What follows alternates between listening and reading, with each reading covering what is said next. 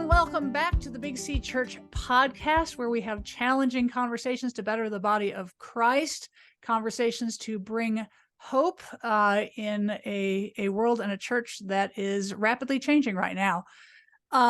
This is part of a series on men and women in the church, and I am so looking forward to the conversation we're going to have today.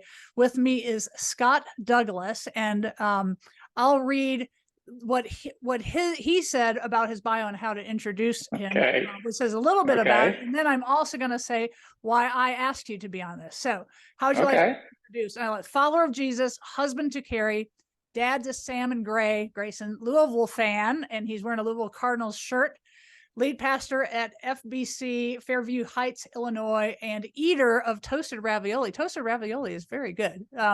It is very good. We have fallen in love with the St. Louis food scene. Cool. And how can you not? It's cheese, pizza, and butter.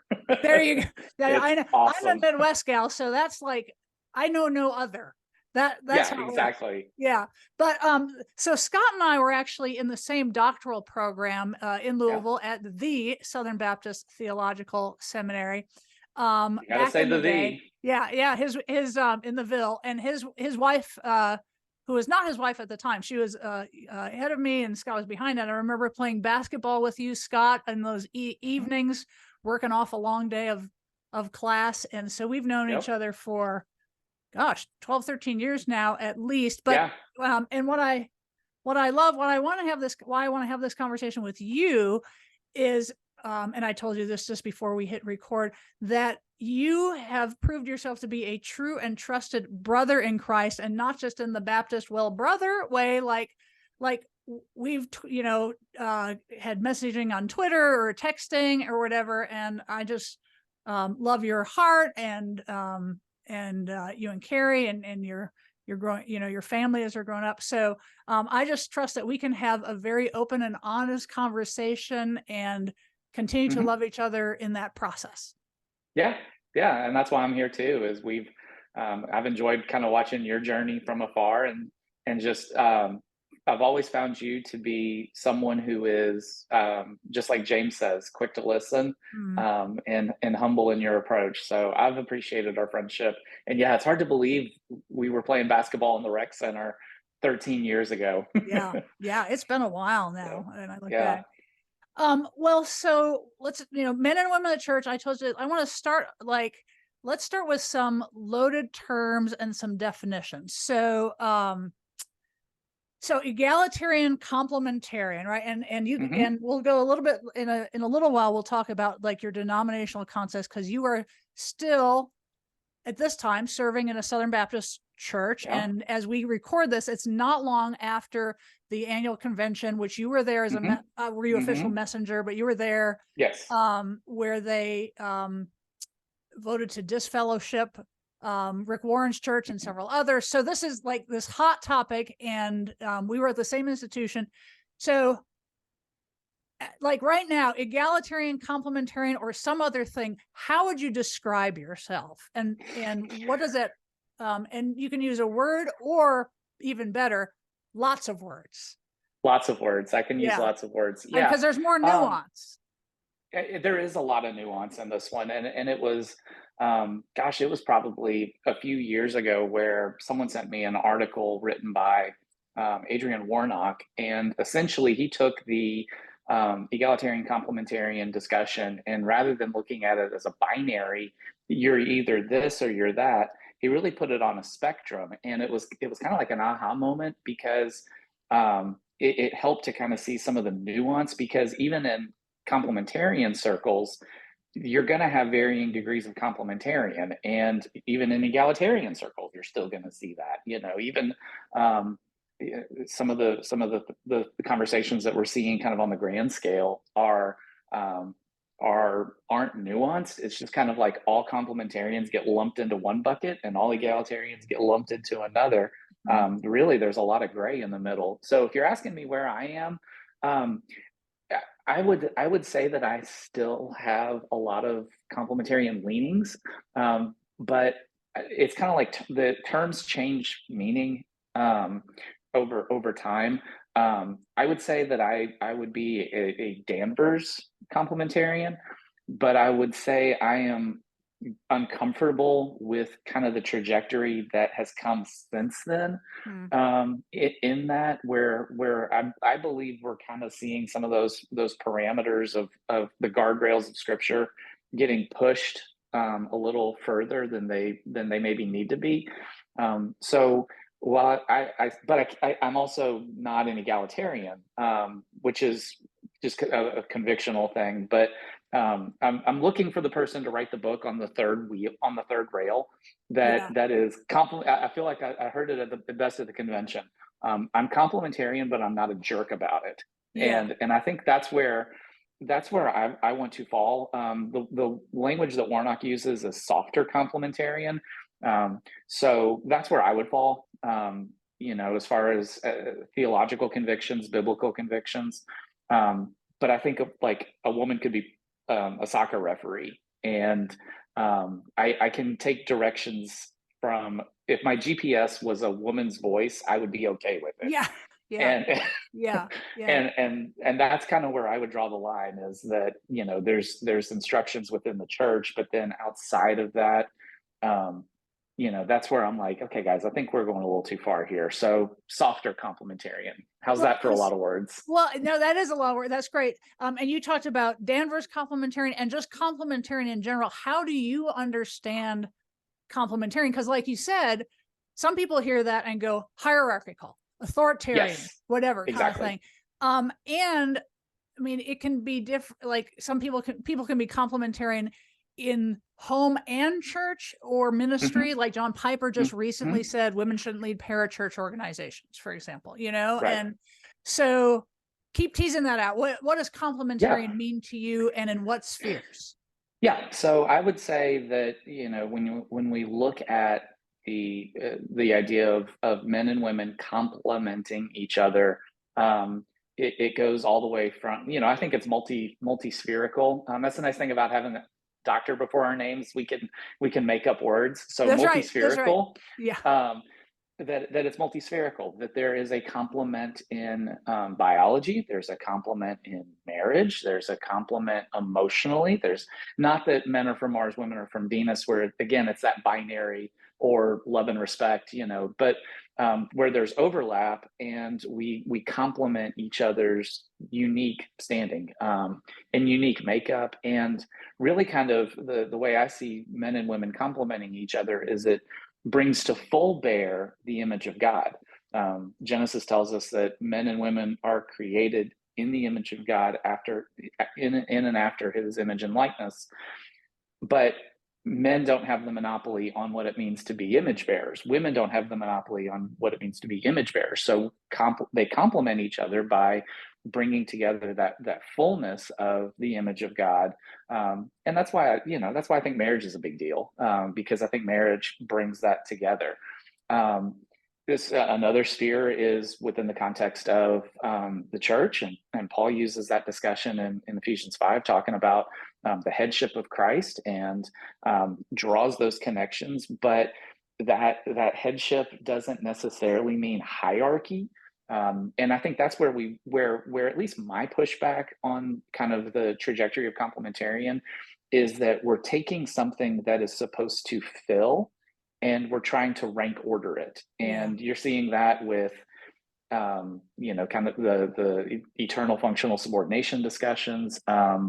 You see that where those spheres kind of get taken out. And I mean, if you get in like the deep dark places on Christian Twitter, I saw someone that said the quiet part out loud: women are made in the image of man, not the image of God. And I went, Yeah. oh, so we're going there now. Yeah.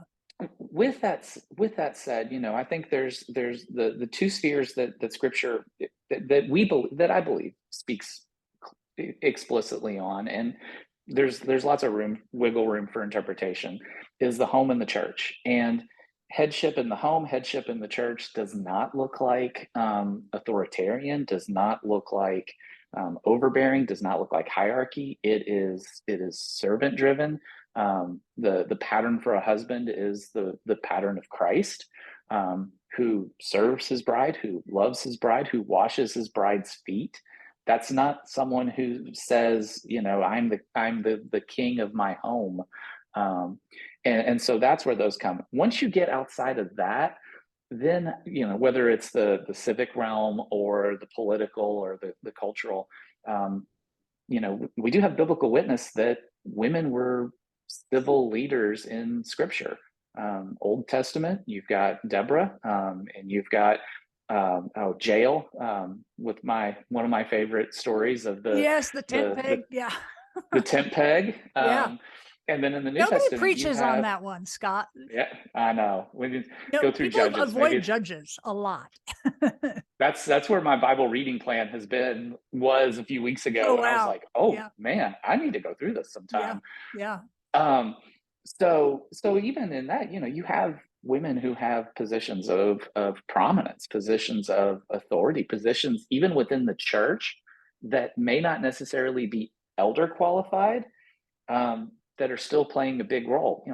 Priscilla's mentioned first, and I know, that makes people uncomfortable. I was going to say, don't. Yeah, we are recording now, so careful. Yeah, careful. Yeah, I'll lose my membership card at some point here, but that we can't overlook that and just say, oh well, this is hierarchy, when even the New Testament bears witness of that. And I think, again, that's a big difference. And this is where, like, I pushed back on Saddleback's argument of, kind of their take of the first preachers of the resurrection were women. Yes, absolutely.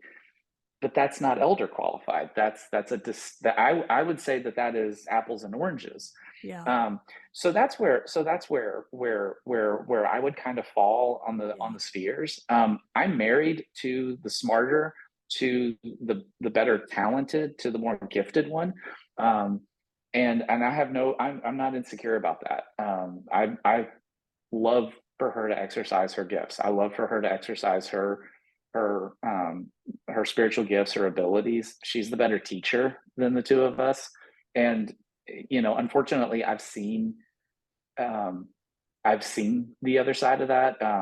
In some of the circles you and I have run in, you do kind of get and I'm sure that's been your experience as a woman in those. But I know one of Carrie's lines that she often used was she wasn't sure if she was wanted in those spaces. Yeah. And was threatening. And she's like the nicest person you'll ever meet. So, but also a strong woman and a great leader and a great teacher. Yeah. I appreciate you teasing all that out. Like we said, I think people tend to lump just into, extremes of either side. And I would call myself egalitarian now, but like I think you and my practice probably differs very little in, I think, mutuality in our marriages. Like I know that you recently moved to St. Louis area from Florida, and I know, just knowing you and knowing Carrie, that you didn't say, "Hey, pack the stuff, we're moving."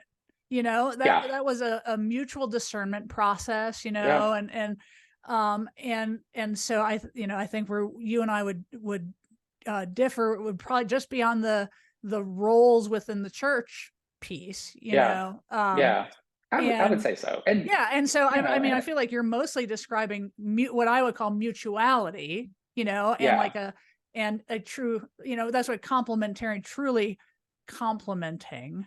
Right. And that's where, that's kind of, we believe it's a way of flourishing within marriage, is that, everything I do is for her good, or at least try to. Every decision funnels through what is best, what is going to make our family stronger, what's going to be for our best interests. And, there are times where, we've had discussions and like, it's been, your idea makes more sense, so we'll go with that. But we I don't think it's in contrast with, Ephesians 5 at all, to have that mutuality. You're one flesh. Like, that's where I don't understand some of the some of and again, it's like you said, it's not either extreme, but like on the other side of the guardrails of, pack your bags, woman, we're going overseas. Yeah. Okay, well, time out, Yeah. Yeah. where does wisdom reign in this? Yeah. Yeah. Yeah. You talked about Carrie's experience at where we were at our doctoral program. And I think I've told you this. I joke that I like to thank, and I can say this on record because they don't really claim me. I like to thank the Southern Baptist Theological Seminary for turning me into a full-blown Arminian egalitarian.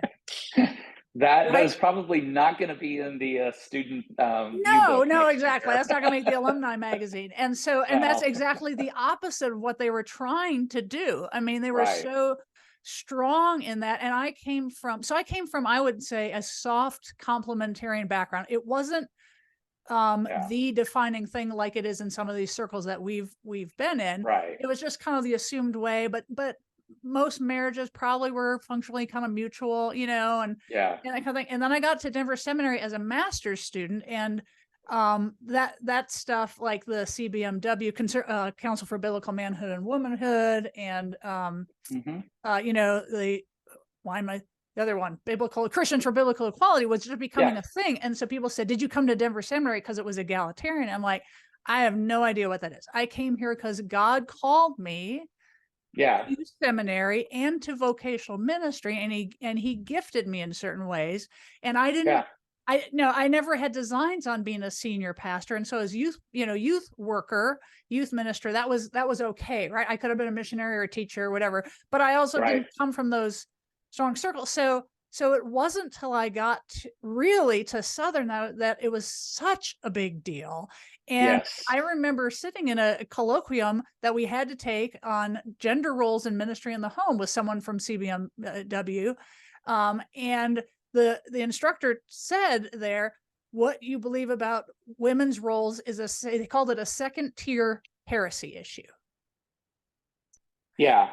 And first I'm like, first of all, is there second tiers? Either you're a heretic or you're not. Like, what's the punishment for second tier? I mean, you just boil in hot water for a little bit, but you don't kill them. Yeah, I mean, is it purgatory? And then, but it's like, are you in the waiting room? Really, a heresy issue? And the professor went on to say, I would automatically say that you're not a Christian if you think women can be leaders, but ... and left that possibility open. And he was so among not everybody there, but the spirit among those who held to those things so strongly, the spirit and behaviors were so not Christ-like that I was just like, this isn't showing up in you're not, to me, they weren't smelling like Jesus. And it's not all people at Southern, and it's never all Southern Baptists, but they're making a big issue of this, as you know, right? I mean, you're sitting in the thick of it, and so I was just like, whoa. And so I went, okay, I need to figure out where I do land on this, because this institution is demanding that I take a stand, and they wanted, they didn't ask me to sign, but I do believe I would not have gotten accepted into the program that we graduated from, or they would have asked a lot more questions because of the changes that were happening. Because of the changes that were happening. That were happening. And we've heard stories of everything from women being told, what are you doing here? Whose seat did you take? Oh, yeah. Dissertations being held up by female students because supervisors, there was kind of the tacit, if you're a woman in these circles, you are either an egalitarian, a liberal, or a feminist, and we don't want our name attached to this. And I mean, I think that's where I think the people in my world, because I still kind of walk in these circles. I don't walk in them as tightly as before. But we're still part of the SBC, so I'm in that world, and I think we have to be willing to ask ourselves, where have our convictions borne bad fruit, and is that, and I this is where I would disagree with people who I admire, like a Sheila Gregor, who has been very helpful in just helping to see blind spots. She would say the convictions are the bad fruit, and I would say that I would push back that it has been misapplied convictions, or in some of these cases, Yeah. bad actors Yeah. that are leveraging it because it is a boys club, and it does kind of reinforce some of those old stereotypes and look, the reason why the characters are there because they're true. Yeah. I heard that exact same thing. Carrie's dissertation was on gender roles in seminaries, Wow. and when she would approach, she was basically kind of like, "Look, this is too hot topic. We don't want you polling our students because this could get used." Wow. And so she had very limited access, even though hers was so, I mean, it was so benign. It was like, basically, do you learn, like, is there a difference in how you learn based on your convictions, or if it's a female teacher? That was it. Like, it was just kind of like, I mean, it was the least threatening thing, but Yeah. because, and this was 2010s. This wasn't last month at the SBC. This Yeah. was this was several years ago. Yeah. That it had been kind of fermenting, and yeah, and I think that's where, those lines of, like you said, I hadn't heard that one in a while. I forgot about that. The second tier heresy, where it's like, okay, one, we got to stop throwing these hammer words around. Yeah. Heretic, cheater, Well, the latest one was NCAA. the guy who's part of that really conservative, network, whatever. Oh yeah, yeah, yeah. Theological transgenderism. Transgender. Yeah, yeah. What? It, yeah. Well, he's blocked me on Twitter, so Oh well, congrats. oh well. Yeah, Yeah, I know. It's kind of like, oh, thank you. I know. Yeah, But yeah, we're okay. Let's use the theological triage, because I do think I think that is one of the most helpful things I've ever come across, of discerning what are big deals and what are not. Um, you know, can churches kind of look at gender as a third tier, kind of a adiaphora, no big deal, like, it's like block charge. It could go either way. right. It's fine. That's right. Um, My you know, basketball friend. yes, yes. Oh yeah, I'm going to try to work in as many of those as I Yeah, can in that's this, great. I where know. I it's don't where have it's my third, Carolina stuff nearby. Yeah. where it's third tier. No, I don't think it is. I don't think we can kind of reduce that to like Bible translation preference, worship style, where it's preferences. I think it's a big enough deal that we actually have to kind of land on something. And is it first tier? Like, are egalitarians going to be in heaven? The short answer is yes, because I don't remember You're seeing a stuck with litmus me. test. I mean, we're Yeah, stuck with which each is other. fine. Yeah, Which we're is gonna have a fine. great time. Pickup Your game. side of the streets, your side of the street's probably going to be more fun. Yeah, that's Um, right. yeah, but in the middle is that second tier, and second tier isn't unimportant, but it's not like this, questioning of salvation. Like, if you were to not deny the Trinity, yeah, we're having a totally different discussion. If you were like, hey, multiple paths lead to God, okay, these are big deal things. Where we fall on interpreting First Timothy 3 and Galatians, and navigating this, it has to be more nuanced, because it cannot be heresy. If it is heresy, you are saying that it is impossible to know Christ and hold Yeah. to this. Yeah. And so if we're going to do the kind of lumping in, that means we have to discount a significant number of scholars and theologians who hold to different convictions but are inerrantists. They're evangelical. They hold to Bebbington's Quadrilateral. They are not. Their lives are matching up with it. They just happen to fall on this, and it's kind of one of the things that I rolled my eyes a lot in New Orleans. But one of the things I rolled my eyes at a lot was that egalitarianism is the slippery slope to liberalism. Yeah. And okay, yes, you do see a lot of mainline churches that would probably not be able to sign off on the Baptist Faith and Message. that tend to be a little bit more liberal in terms of theology and practice. But man, you got the Assemblies of God. Like, they're further to the right than we are, Yeah. and they're cool with it. Yeah. So either we have to address that, or we have to ignore it and just pretend that it's not there. And that's where I think where conversations like this are helpful, because we're not tagging labels on these, um, you know, where we recognize that you and I are brothers and sisters in Christ. Yeah. Could we plant a church together? Probably not, and I'm okay with that. Yeah. Could we, if there was an evangelistic crusade in in St. Louis and you were in town and you were a counselor for it, yeah, like I would have no problems like saying go talk to Angie. I would have no problems in any number of things. There's some just convictional things that are important, but they're not essential. And I think that's where this has to get, where at least my side just has to be honest with its terminology. Yeah. Yeah. That's right. Yeah. I would miss you at the church I planted. Yeah.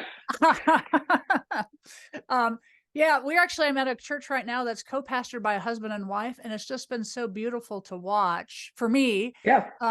Because like Carrie, her experience in seminary and those circles was, I had similar experiences. Just people didn't know what to do with me, and so they told me Mm-hmm. that I was fundamentally flawed. Yes. For Yeah. being a woman who has God clearly called me into Mm-hmm. vocational ministry. Now, it wasn't the Mm-hmm. pastorate or a particular role, and gifted Mm-hmm. me in certain ways. And I felt like the Spirit, after me trying to be somebody else for so long, Mm-hmm. God said, "What are you doing?" Mm-hmm. And so, what I think is that, I agree with you. This is not a salvific issue. That's why it Yeah. concerns me that it's part of the Baptist faith and message. It's just like, and Right. that's where, like, part of Rick Warren's thing saying Baptists have agreed to disagree about things. Is this confessional status? Mm-hmm. Kind of thing. Is it Mm-hmm. important? Yes. Is it Mm-hmm. confessional? Okay. Mm-hmm. Kind of thing. And, but I think I believe the reality of our God-given calling, I don't see in Scripture any difference in God calling individually or gifting by gender. Mm-hmm. I do Mm-hmm. see the case, or why people can make a case for the exercise of that in certain Mm-hmm. spheres. Mm-hmm. But Mm-hmm. I just say our God-given calling is lived out in the reality of human systems. Yeah. Yeah. And I think, we talked a little bit more toward the beginning about power. And like you said, it's like, there's this one down kind of thing. I feel like we've, Mm-hmm. both sides, we can view power as a zero-sum game. And so if somebody Mm-hmm. has it, somebody else automatically doesn't. Now, sometimes that Right. is the case, but if it's Right. truly partnership, Dave and I talk about what's Mm-hmm. going to make us both like exclamation points in our marriage and our ministry, like Mm-hmm. full flourishing, which I think Yeah. is following from the Imago Dei, Yeah. So that's where I'm coming, from it. And so, I think like there's those a few nuances where you and I would divide, but it should not, and for us, thankfully, does not diminish our fellowship. And so, in Right. those circles, I'm going, Right. either way, I can't have fellowship with you because of this. That I feel like Right. then we're missing the That's Imago, we're yeah. missing the unity Yeah. of the body. Yes. Yeah. And that's where, and I think that's where part of the conversation, and New Orleans isn't, the other thing that gets out is like, it's a fixed issue in the SBC. Unfortunately, page 2 of the news story is where you talk about how slow the machinations are in the convention, and how this doesn't necessarily lock everything in automatically. And the one of the things that I think is helpful is that distinction between fellowship and cooperation. or fellowship and partnership. That there may be some things. I mean, it's the same thing we would say. Like I would say, baptism is a second order, thing as well. I would say church governance is a second tier issue. Yeah. That we ought have fellowship with the capital C church, because we're going to be together forever. So we might as well learn to get along now. And if our philosophy of fellowship is everybody stinks but us, heaven, I'm not going to go there. Right. Heaven could be a very lonely place for Yeah. some people. And it's going to be very surprising to them. Yeah. But I think that's the extravagance of grace, is that God doesn't, and I've encouraged people who, feel this sense of divine call, and it may not fit where our churches may be comfortable. But I can also, I've done this with weddings and with people that have different perspectives on some maybe cultural, social issues that our church holds to. And I've encouraged them, said, this is one of those things where I'm, rather than argue with you, if you are convicted of this, there are places where you can exercise those gifts, Yeah. and flourish as you see, as your conscience is comfortable, which is, that's one of our Baptist distinctives is soul freedom. And so I mean, I think there's some nuances, and what it feels like, because, and social media just amplifies this, For is sure. that we don't talk with, we talk at, we don't Or past, we don't even see the or person at past, all sometimes, it's just it's a thing, it's not a you, it's an it that we're dealing with. And and that's where like I was grateful that at least the atmosphere in the room on those votes were, overwhelmingly yes, in line with these stated convictions, kind of the guiding ethos of the convention. But at the same time, it was with the recognition that these are still brothers and sisters in Christ. It's just that this is outside of where we feel. Look, our church is getting ready to start divorce care. Guess where that came from? That's from Saddleback. We are happily using it. I still I did not throw away my copy of Purpose Driven Life.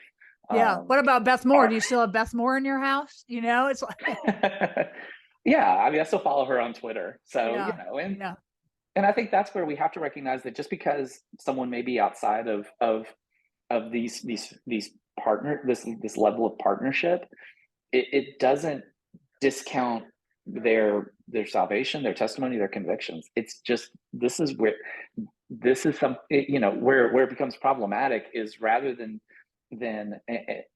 seeing it as kind of like a new community or a neighbor, where we look at them as an enemy or a combatant, and we either chase them out, we shoot them out, or we guard against them. Anyone who thinks that the Southern Baptist Convention is drifting liberal has either, one, not been paying attention, or two, has no idea what an actual theological liberal looks like. Exactly. That's just to sell books and get your conferences and your documentaries published. It's a grift. You and I were, what led to this invitation was actually, during the annual convention in New Orleans, and you were tweeting and I was watching that. And then we started DMing on Twitter, and you said you were wondering whether, and I don't remember the exact words, so you can correct me, but but you probably have it there. You're like wondering, in light of some of the really polarized conversations and the really strident, it's like, wondering if you can be complementarian and not have all the, like, do you have it in front of you? Are you looking it up?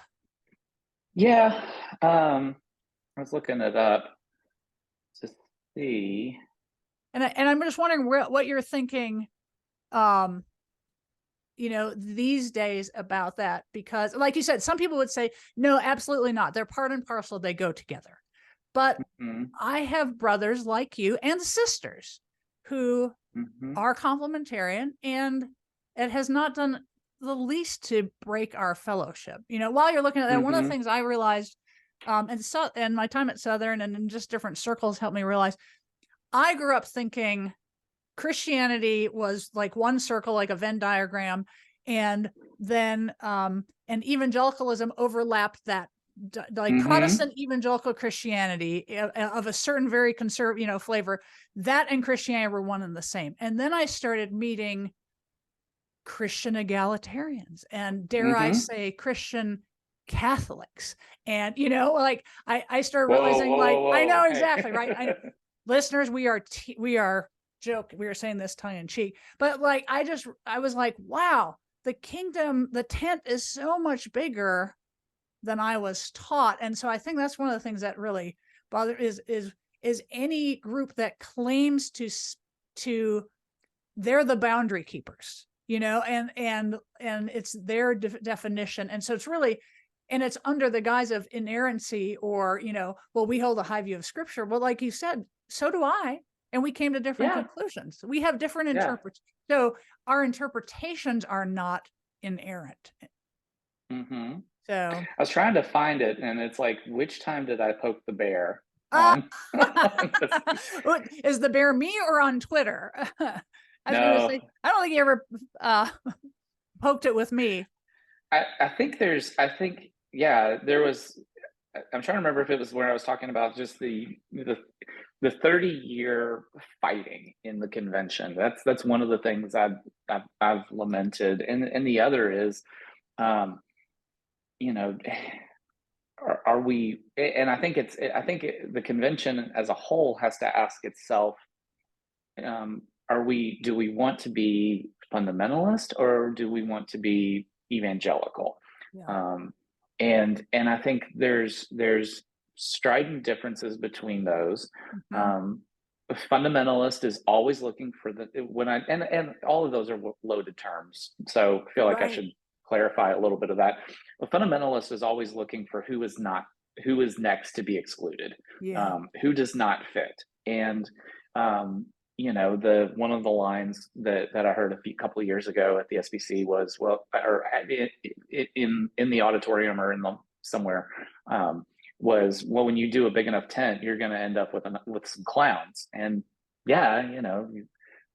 but do we want to? Is the goal to restrict to the point where there's only going to be like founders and the CBN left, and eventually they'll turn on each other, because that's what you do when you're always looking for the next enemy.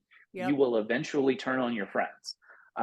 And the other side is not, and it's not like a naivete, to say, should the convention be evangelical?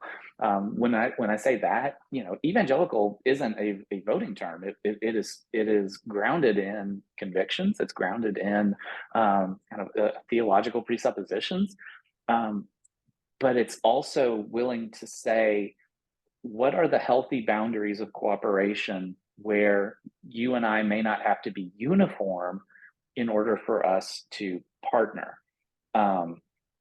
And I think that's the tension point in the convention, is that, and I'll say this. I mean, the far right elements in the convention, the founders, the CBN crowd,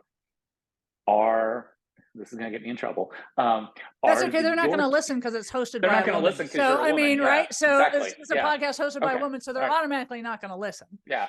I would say they are the Yorkie of the SBC. They make a lot of noise. Yeah. They drum up a lot of drama on Twitter. Yeah. But when it comes to the actual business that matters, they have lost more than Louisville lost last year. Okay. That's a lot. That is a lot. They have been soundly and roundly outvoted. every time. Yeah. And it's because I fully believe the convention as a whole is not fooled.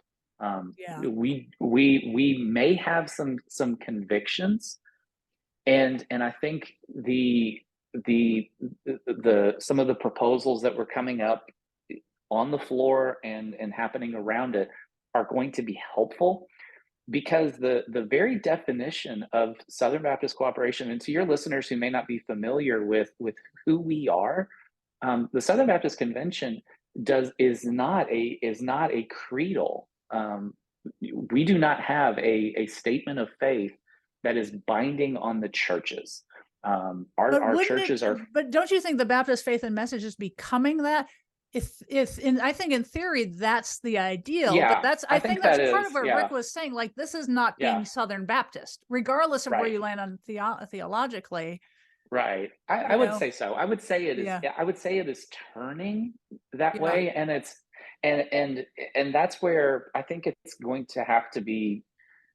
We have to be careful how we approach the next 12 months ahead of Indianapolis, because as significant as New Orleans was, Indianapolis is where this gets etched in granite. yes, yeah, And that is where that is where I think over the next 12 months we have to, we have the definition of cooperation is in the Constitution, a statement of faith or faith and practice that is closely aligned with yeah, the convention's stated. yeah, That's that that it was a question that got asked last year in Anaheim: how close is close enough? right, And I think that is one that has to get asked, especially now that we've started to include this language of adding a potential constitutional amendment. So there are a handful of stated examples that a church would fall out of cooperation if they have these. They've been responses to not even doctrine; it's been practice, and it's sinful practice. So it has to do with sex abuse. It has to do with racism. yeah, It has to do with homosexuality. That would automatically kind of say, okay, we've been pretty clear where we are on these. And while I am all about clarity, because again, this doesn't make the press, but the earliest discussions when the convention adopted the statement of faith in 2000, with statements from committee members that were on it, were that they were this idea of the office of pastor is reserved for qualified men only spoke to the lead pastor yeah, in a church, or a senior pastor, to use the 20th century language. yeah, And so since then, it's kind of gotten broadened out to, well, what is that? Now, rather than get into the constitutional nuance of that, it's an ecclesiological problem that churches are using a word for positions that may, it's just yeah, it's sloppy ecclesiology. I think that's what I think, and you can't fix sloppy ecclesiology by like automatically lumping all of this together, yeah, yeah, because for 20 years, and I heard it while I was an MDiv student at Southern, that it was speaking specifically about this office. yeah, And did they mean something different by that? Should we look at, but this goes back to just whole discussions of what it means to call someone a pastor. Do you yeah, just call someone a pastor because they do ministry work? yeah. No, I don't Yeah. think so.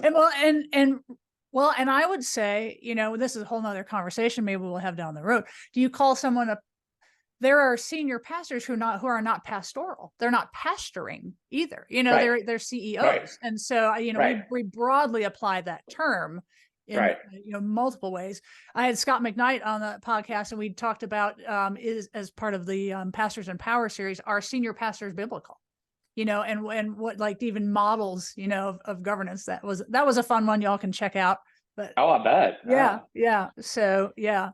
Well, you were in, one of the things I saw on social media, there was a lot coming out of New Orleans, right? From all over the place, right? And so one of the things I was seeing was, first of all, this whole thing about, are they going to oust Saddleback, and why and who, and all that stuff. And then the other couple churches that were in that vote as well, and or that package of things. And then then I started talking about the sexual abuse stuff. And it was like, what I was hearing, or people were reporting, was, oh, the Southern Baptists are more concerned about kicking out women than about sex abusers. You were in the room where it happened. What's your sense of general Baptistness around that statement? Is that even remotely accurate? Or is it, again, there's a few who are leading things and they're giving it a bad name? I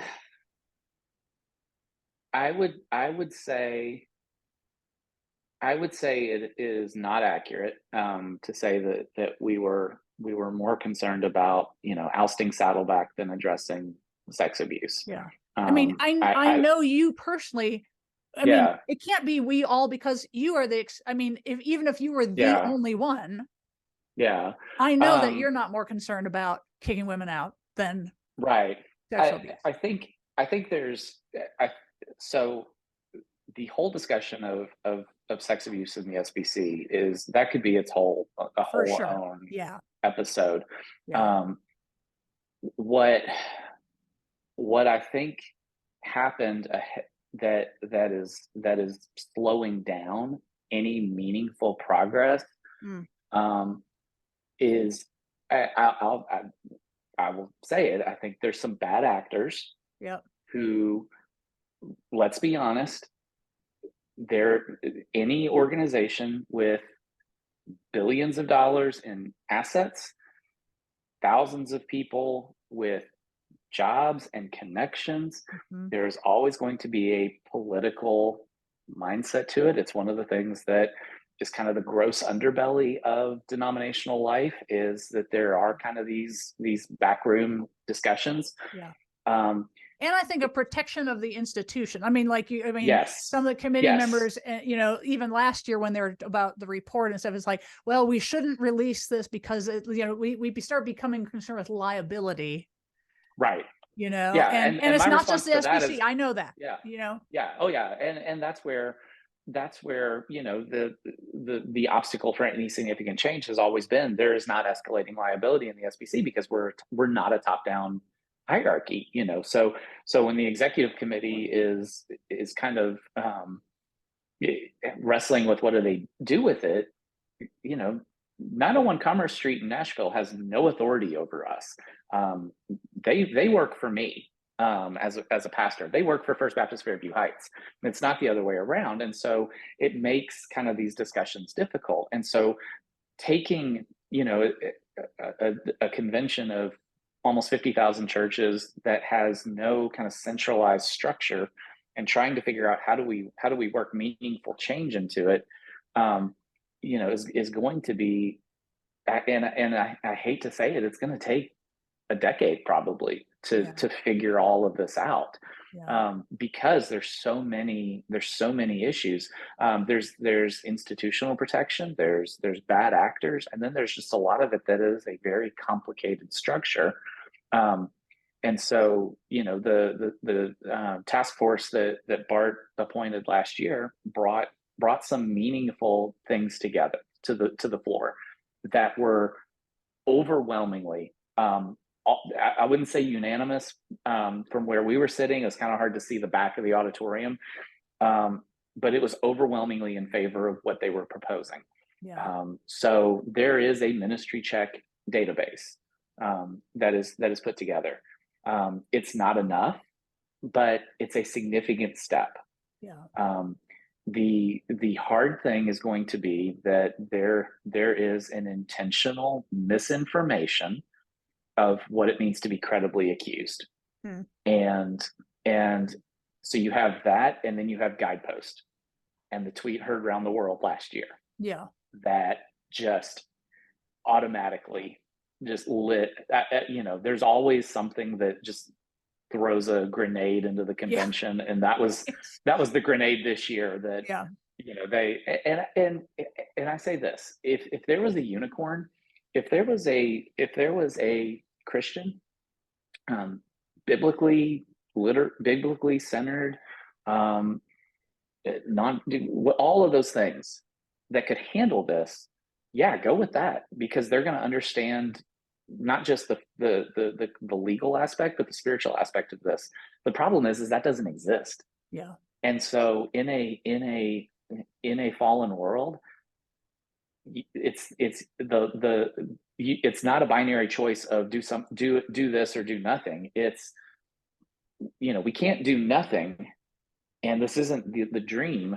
So let's take the best available option. And you know, it, guide like when they released their criterion, Guidepost was overwhelmingly the top one. It was like, okay, but given the climate, this is where it's okay to take the second place if it's close enough.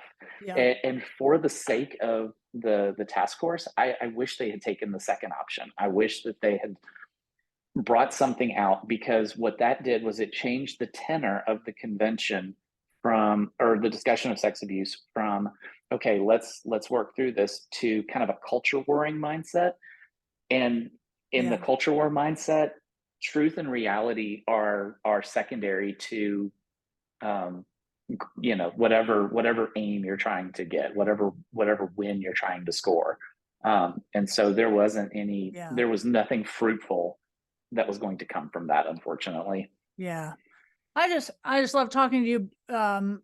Just like I said, we can just talk honestly and go, like, there's just so much more nuance to it, and it will be interesting to see. I mean, this is a denomination with a long history, not always a long, great history, but a lot of, I mean, it's like, it's a sinful institution, like, because it's made up of, is there, what keeps me in it? It isn't the bad news. What keeps me in it is that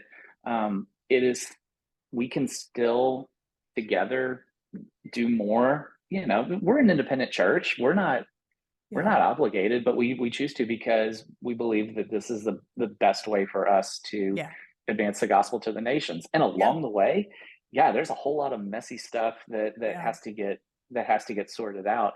I am confident that we will get it right. I think I heard it from, I'm trying to remember, I wish I could remember my sources on this one, but essentially the quote was, Southern Baptists get it right usually after they've exhausted all other options. I love that. That's great. We try hard to not get it right, but eventually we find it. It finds sometimes us. We cannot get out of our own way. Several years ago, there was a whole big thing about the Confederate flag and taking a stand on it. And it took like 3 votes and a whole lot of other stuff to get that through.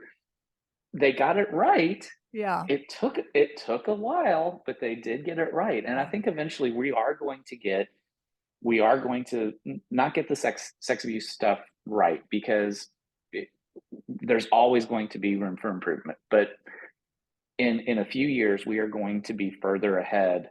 And we're seeing that, we're seeing that in a trajectory of leadership. We're seeing it in a trajectory of appointments.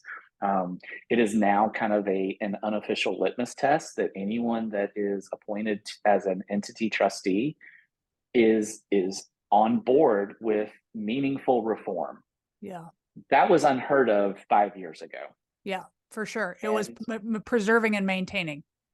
It was preserving and maintaining. And I think one of this is another conversation for another day, but what we are inheriting as the next generation stepping into leadership in the SBC is that we are inheriting a convention that, rather than move forward, made a practice of taking victory laps.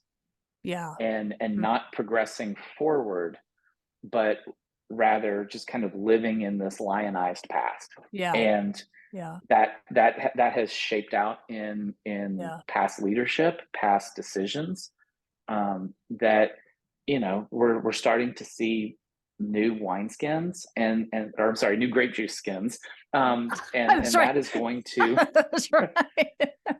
and that is going to take it's going to the whole conservative resurgence or takeover, depending on Yeah, where right. your Depending who listeners you're are talking to, coming right, from. right. Um, Yeah. it was about a 20-year process to kind of take the convention where it is now, and if we're going to move kind of into a healthy ecclesiology, healthy convention in the future, it's going to take 20 years, Yeah. and right now we're on like year 4. I look So forward to, first of all, at my church plant, we're going to have real wine, Scott. So if you come visit, if you can conflict, if your conscience will allow, I'm just kidding. Well, that, but we won't go into this, but there's these legendary stories of the back of the napkin, kind of the meeting where the conservative resurgence was planned, and stuff like that. And so I look forward to 20 years from now, what's going to be the story of the people who said, no, we're going to put this on a, yeah, return and this to a healthy path. yes, and I think we're starting, and this is the capital C church issue as well. Is I think we have lost our taste. I'm hoping we have lost our taste for celebrity in the church. I hope so too, man. I hope so. I'm done with this whole, lauding and red carpeting people. That has no place in the kingdom of Christ. So I think we're starting to see that. That's another one. It's going to take a while, but I hope we get there. Yeah, for sure. Yeah. Well, I thanks for this conversation. Just you're a pastor in the trenches, also, with this big picture, and I appreciate that you are not afraid to speak truth to power and to question some things. And I've seen the shots you've taken on Twitter. Sometimes not because you tweeted, when they were all fighting somebody else or whatever. But just thanks for the frankness, and that we can have this conversation with each other. So I think this has been missing in, especially as we kind of saw, it really feels like there's been just kind of an entrenchment in the capital C church, where you have groups, and all they are is they're in a stalemate, and we're doing that to our own detriment when we see the United States is the 3rd or 4th largest unreached country on the planet. People are other countries are sending their missionaries here. I've had some of those missionaries in my classes. They're coming from Korea to we have other countries. There is a Christian school in our town that is basically like a mission outpost from Korea, because it's Illinois. I mean, Lord knows we need Jesus here, but right. But I mean, we have fallen into this entrenchment, and we're doing it to our detriment. Yes, have convictions, hold to those, but it is familial, not adversarial. You and I get along 363 days a year. Familial. Yes. There are 2 days a year where you and I will be on opposite sides, and it is when UNC and Louisville have the home and home for basketball. Right. Yes. That's it.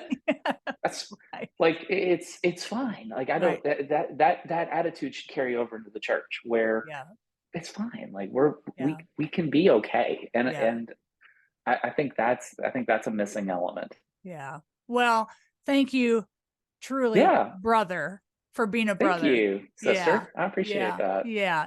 And I'll share in the show notes. We talked about a lot of different, kind of some insider language, but Danvers statement stuff. So I'll put those links so people can kind of follow, and if they want to dig into that stuff. But and if any of your listeners have any, I'm an open book on SBC Life. If they're like, hey, I saw this in the news, you can find me on Twitter at Scott M. Douglas, and I'd be happy to answer whatever questions I might have, because I'm so thankful for the religion reporters that were there. They're great. They are underappreciated, but they can't really catch the air in the room type thing. And so there's all of us left New Orleans with more questions than answered, and I'm happy to try to help Yeah. clarify whatever I can. Yeah. Yeah. Well, thank you. And I see, I mean, you got your Cardinals shirt and now you're in St. Louis. You can even wear that for baseball. Like you have the same We can. mascot for everything you've got. We do. We have the same mascot. And Yeah. much like our Louisville Cardinals, the St. Louis have not been fun to watch this No. year, but Come that's to okay. Denver, home of the world champion Denver Nuggets. Oh my gosh. Who would have ever thought? I know. Wow. I know. We'll take it we'll enjoy it while it lasts. Enjoy every second of that one, because my kids are like fascinated with Jokic because they're like, how is he that good? Like he does not look like he should be that good. No, he doesn't. No, not at all. Not at all. Yeah. Well, if you ever come out to Denver, or if I'm in the, in your part of the country, we just don't cross paths much, but I'm so glad we keep connected this way. So absolutely. Thank you so much. Ange. Yeah. Thank you.